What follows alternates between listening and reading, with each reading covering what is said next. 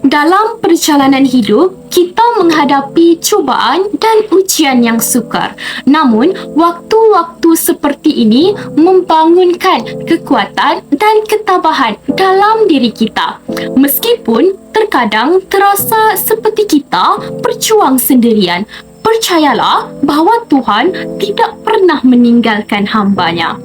Assalamualaikum warahmatullahi wabarakatuh. Salam sejahtera dan salam nadi ilmu amalan membaca.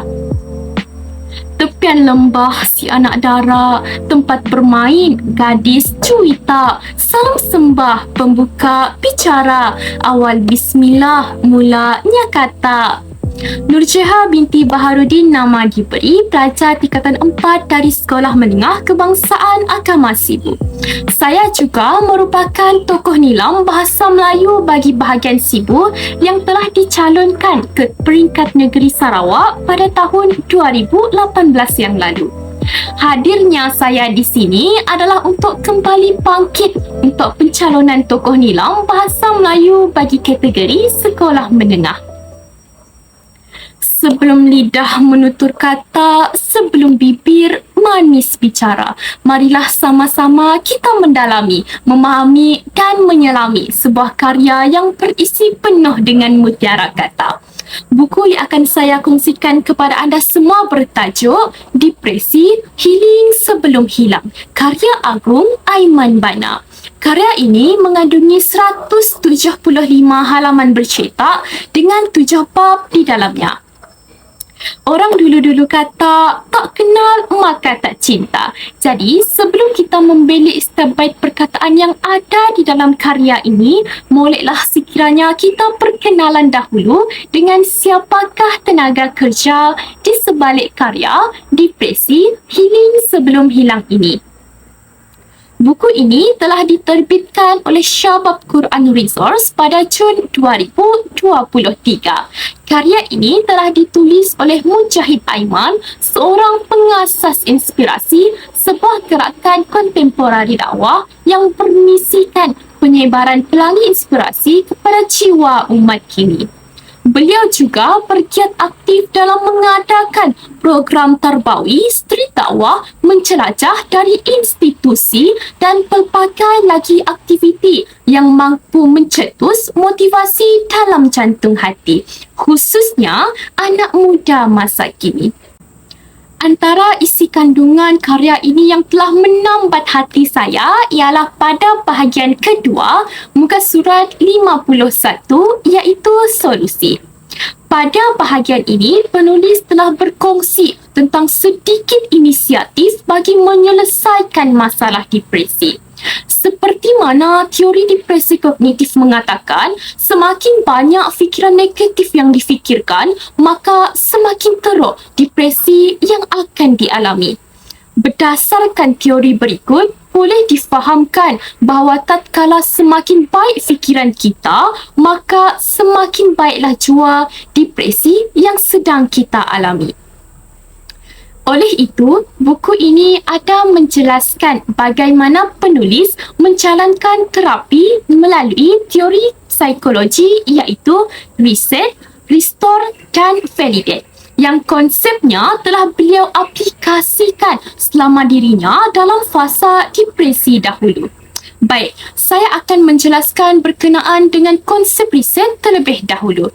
Kita perlulah riset ke semua kefahaman yang kita pegang sebelum ini dengan cara kosongkan 100% kefahaman kita, dan proses pembersihan ini akan dibuat secara menyeluruh agar proses restore seterusnya akan lebih berkesan tanpa saki-baki kefahaman yang membarah sebelum ini.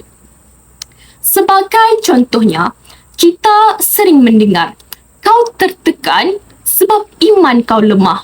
Bagaimana seorang Muslim boleh mudah depresi? Kemudian, kita gantikan kefahaman ini dengan konsep restore. Adakah benar penyakit depresi disebabkan oleh lemahnya iman seseorang? Adakah benar penyakit mental ada kaitan dengan iman? Adakah benar seperti itu? Jawapan daripada Imam Al-Utsaimin sangatlah indah, iaitu ini tidaklah termasuk dalam kelemahan iman seseorang.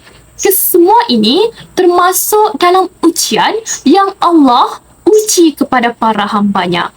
Apakah mereka sabar ataupun sebaliknya?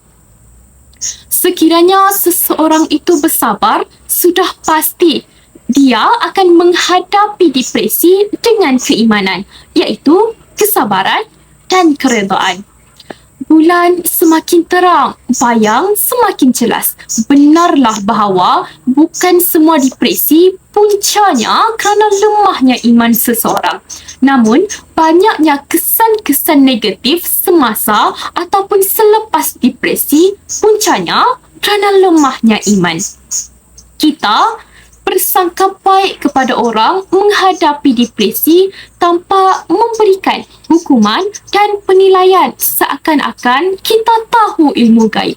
Namun, untuk diri sendiri, apabila kita mendapat nikmat, maka bersyukurlah. Dan apabila kita ditimpa musibah, teruskan bersabar. Sebagai penutup tirai, konsep yang terakhir iaitu validate. Kita hendaklah memvalidasikan kefahaman yang kita pegang utuh sebelum ini melalui tingkah laku kita dengan cara ikhlaskan kehidupan sepenuhnya untuk Allah. Moga dengan konsep reset, restore dan validate ini dapat mengukir senyuman di bibir setelah sekian lama. Karya Depresi Healing Sebelum Hilang ini ditulis khas untuk manusia yang diuji dengan depresi agar mereka healing sebelum hilang. Hilang dari potensi diri yang sebenar, hilang daripada keluarga dan sahabat, hilang dari panduan Tuhan dan petunjuknya, dan yang paling dikhawatiri, hilang daripada dunia. Sebelum kata mengunci bicara, sebelum kaki melangkah pergi. Jika anda sedang mencari sebuah karya yang dapat mendekatkan diri kita dengan Tuhan, maka saya hadirkan dengan satu cadangan buku karya Depresi Healing Sebelum Hilang ini dengan majoriti 5 bintang daripada pembeli dan pembacanya. Sekian, wabillahi taufiq wal hidayah. Wassalamualaikum warahmatullahi wabarakatuh.